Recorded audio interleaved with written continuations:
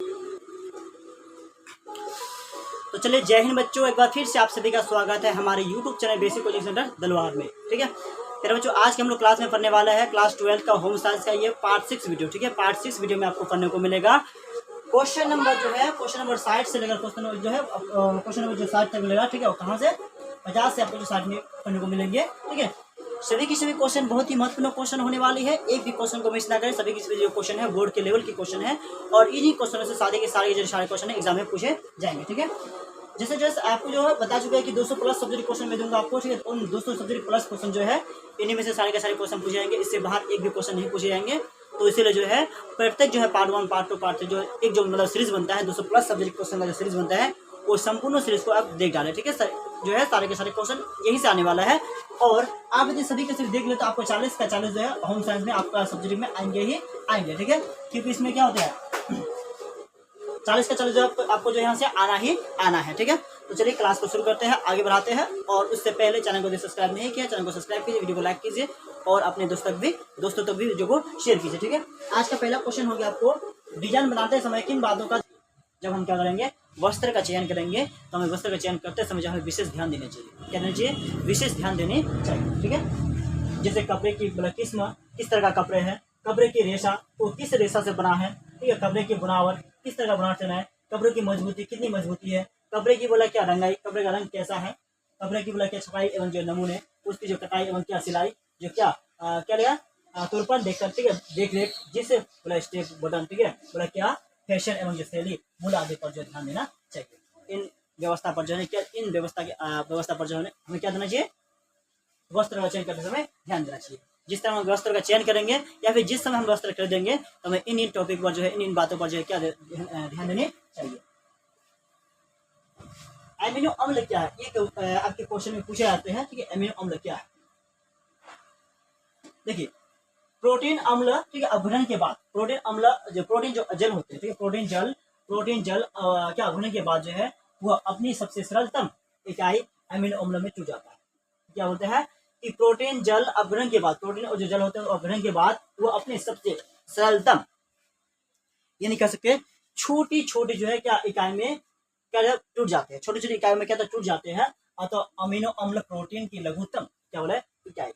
अतः कह सकते हैं जो एमिनो अम्ल होते हैं ये क्या अतः जो है एमिनो अम्ल जो है प्रोटीन का सबसे छोटा सबसे छोटा कण है या सबसे छोटा क्या टुकड़ा है।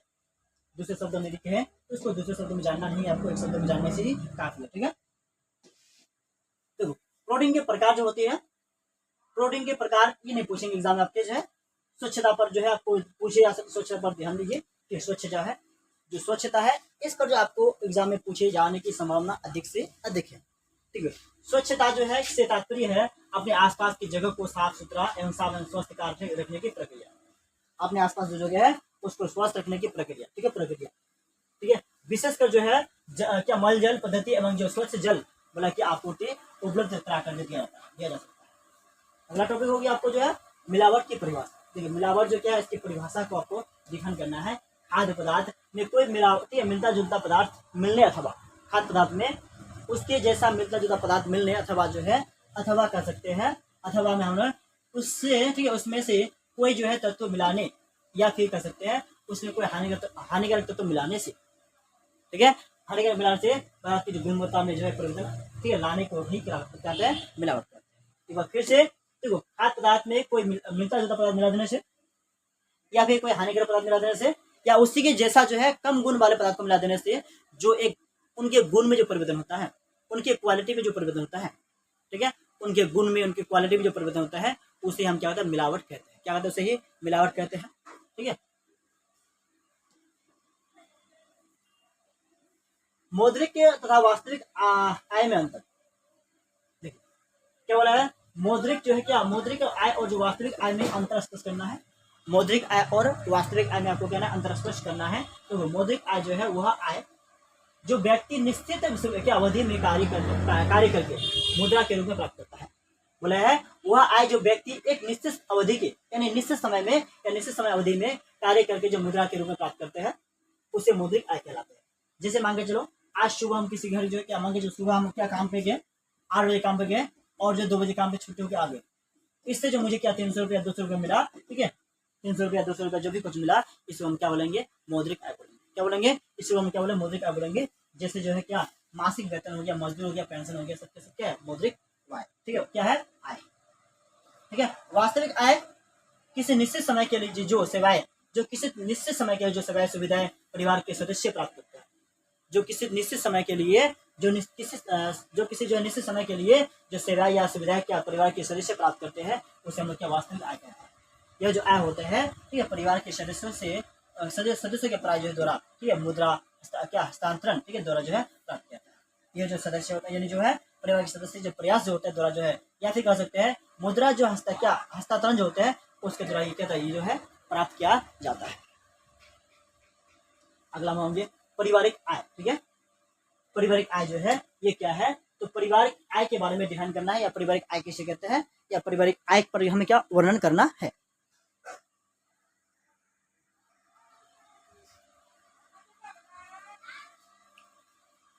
तो चलिए पारिवारिक आय। ठीक है, परिवार के सभी सदस्य की सम्मिलित जो परिवार होते हैं, परिवार के सभी सदस्यों की सम्मिलित आय को पारिवारिक आय कहते हैं।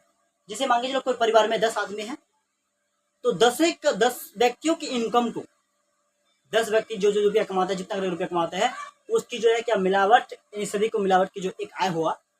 मान लीजिए 10 व्यक्ति एक दिन में क्या 200 कमाते हैं, तो 10 व्यक्ति 2000 रुपया कमाएगा। ठीक है, 10 व्यक्ति जो दिन में कितना रुपया कमाएगा, 2000 रुपया कमाएगा। ठीक है, 2000 रुपया कमाने से जो है क्या इंटू में कितना होगा, 30 दिन होगा, तो 3 दिन कितना होगा, 6 हो जाएगा।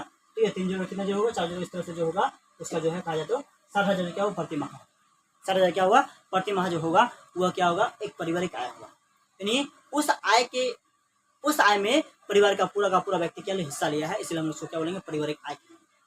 परिवार का पूरा व्यक्ति ने क्या लिया, उसको आय करने में, उसका निर्माण करने में, उसका जो क्या कमाने में क्या पूरा परिवार के सदस्यों ने क्या साथ दिया है, इसलिए हम क्या करते हैं, पारिवारिक आय करते हैं। परिवार आय जो है, परिवार आय के अंतर्गत जो है बोले मासिक वेतन, मजदूरी, ठीक है, मासिक वेतन, मजदूरी, पेंशन, ठीक है, पेंशन, ब्याज एवं जो है क्या सामान किराया, भविष्य निधि, ठीक है, क्या लिया ग्रेजुटी आदि जो है शामिल किया जाता है।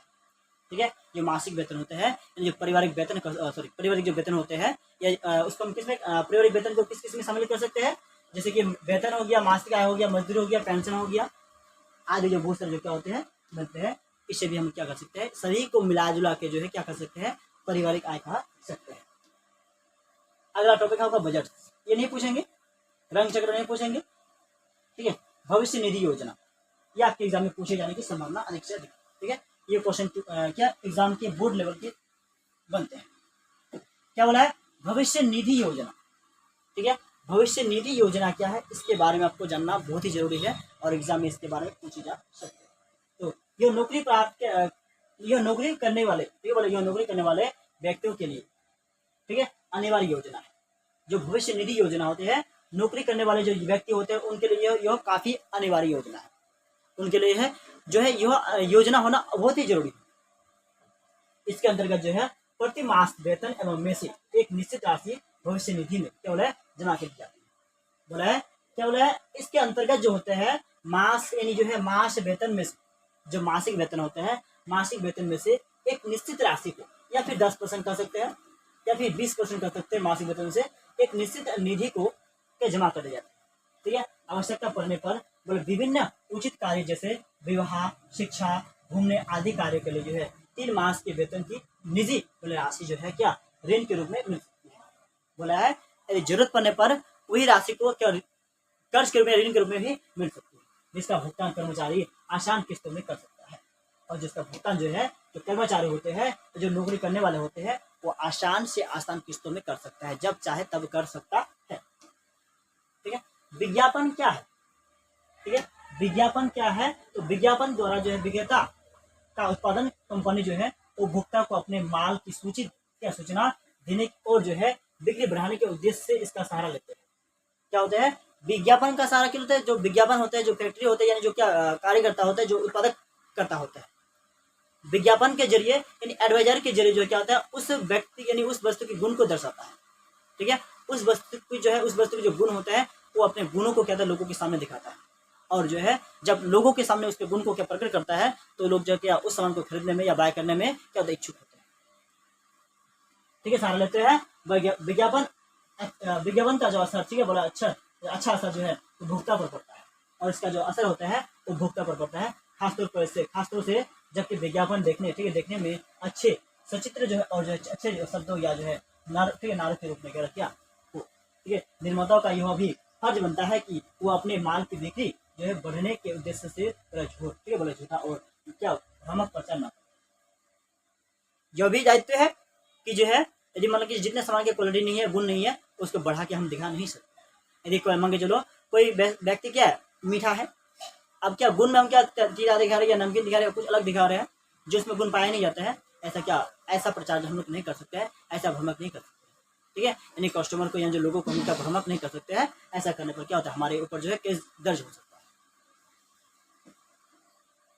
ठीक है। प्लस CEO, ठीक है, ECO मार्क किया है, ठीक है, बोला ECO मार्क किया है, बोला ईगी कंट्रोल, बोला क्या ऑर्गेनाइजेशन, ठीक है। ईगी कंट्रोल ऑर्गेनाइजेशन क्या है, इस चीजों का उसका मार्क क्या होता है, ईगी कंट्रोल जो है ऑर्गेनाइजेशन होता है, ठीक है। तो मौद्रिक आय क्या है, ये आपके क्वेश्चन बनते हैं। मौद्रिक आय क्या है, परिवार के सभी सदस्यों को, बोला परिवार के सभी सदस्यों को एक निश्चित समय में, परिवार के सभी सदस्यों को एक निश्चित समय में कार्य करने के बाद, ठीक है, मुद्रा के रूप में जो आय प्राप्त होता है, मुद्रा के रूप में जो एक आय प्राप्त होता है, 10 रुपये, 50 रुपये, 100 पैसा, 1000 रुपया जो भी प्राप्त होता है, उसे हम लोग क्या मौद्रिक आय कहते हैं, क्या कहते हैं उसे हम लोग क्या मौद्रिक आय कहते हैं। अगला हो गया वास्तविक आय क्या है, तो भी क्या है कि वास्तविक आय से आप क्या समझते हैं, वास्तविक आय क्या है, किसी विशेष अवधि में प्राप्त होने वाले, ठीक है, सामान्य या सेवा को वास्तविक आय कहते हैं। ऐसी वस्तुओं, सेवाओं, ठीक है, तथा जो है साधनों के लिए, क्या साधनों के लिए परिवार को मुद्रा व्यय नहीं करनी पड़ती है, परंतु इसके बाद, ठीक है, इसके प्राप्त न होने पर आपने जो है मौद्रिक आय से व्यय करना पड़ता है। जो मौद्रिक आय होता है उससे हमें क्या कभी क्या होता है, व्यय करना पड़ता है, या कभी कभी हमें क्या उससे हमें खर्च करने पड़ते हैं। तो आज की क्लास के लिए सिर्फ इतना ही, फिर मिलेंगे और एक इसी तरह का वीडियोस के साथ, और एक तरह इसी तरह जो है, और एक इस तरह का क्लासेस के साथ, वो भी अगले दिन। सभी के सभी जितने हम क्वेश्चन दे रहे हैं, सभी के सभी बहुत ही महत्वपूर्ण क्वेश्चन है। आप यदि इन क्वेश्चनों को कर लेते हैं तो आपको 400 प्लस करने में कोई पहाड़ जैसा कठिनाई का सामना नहीं करना पड़ेगा, क्योंकि समय अभी उतना आप लोग के पास है नहीं। आपका फरवरी में जो है, फरवरी स्टार्ट करते ही आपका एग्जाम शुरू होने वाली है, ठीक है। आपको अभी जो है ऐसे सब्जेक्ट क्वेश्चन या ऐसे ऑब्जेक्टिव क्वेश्चन को ही पढ़ना है जो बोर्ड लेवल में पूरी लड़ने की क्षमता रखते हैं, ठीक है। जो क्वेश्चन बोर्ड लेवल में पूरी से पूरी लड़ने की क्षमता रखते हैं, ऐसे क्वेश्चन को ही आपको अभी पढ़ने हैं, ठीक है। और ऐसे क्वेश्चन को पढ़ने के लिए सिर्फ और सिर्फ क्या करना है, मेरे साथ जुड़ना है, क्योंकि मैंने आपको जो वादा किया था कि 200 प्लस सब्जेक्ट क्वेश्चन में ऐसे क्वेश्चन आपके सामने लेके आऊंगा जो सीधे बोर्ड लेवल में लड़ने की क्षमता रखती हो और बोर्ड लेवल में पूछे जाने की पूरी संभावना हो। यदि आप इन 200 प्लस सब्जेक्ट क्वेश्चन को देख लेते हैं तो आपका जो है सब्जेक्ट क्वेश्चन में एक ऐसा क्वेश्चन एक भी नहीं होगा जो आपके से नहीं हो, या फिर आप उसका जवाब नहीं दे पाएंगे, ऐसा क्वेश्चन होगा ही नहीं, ठीक है। जितना को आप जवाब देना चाहिए उससे आपका जो लेवल होगा उच्च होगा। आपको 10 क्वेश्चन का जवाब देना है, आप 18 से 19 या 17 क्वेश्चन का क्या प्रिपेयर होंगे, आसानी से जो है चुन के जो है उस क्वेश्चन का जवाब दे पाएंगे। तो चलिए आज की क्लास में सिर्फ इतना ही, फिर मिलते हैं अगले दिन अगले सब्जेक्ट के साथ। तब तक के लिए बाय बाय, जय हिंद, जय भारत।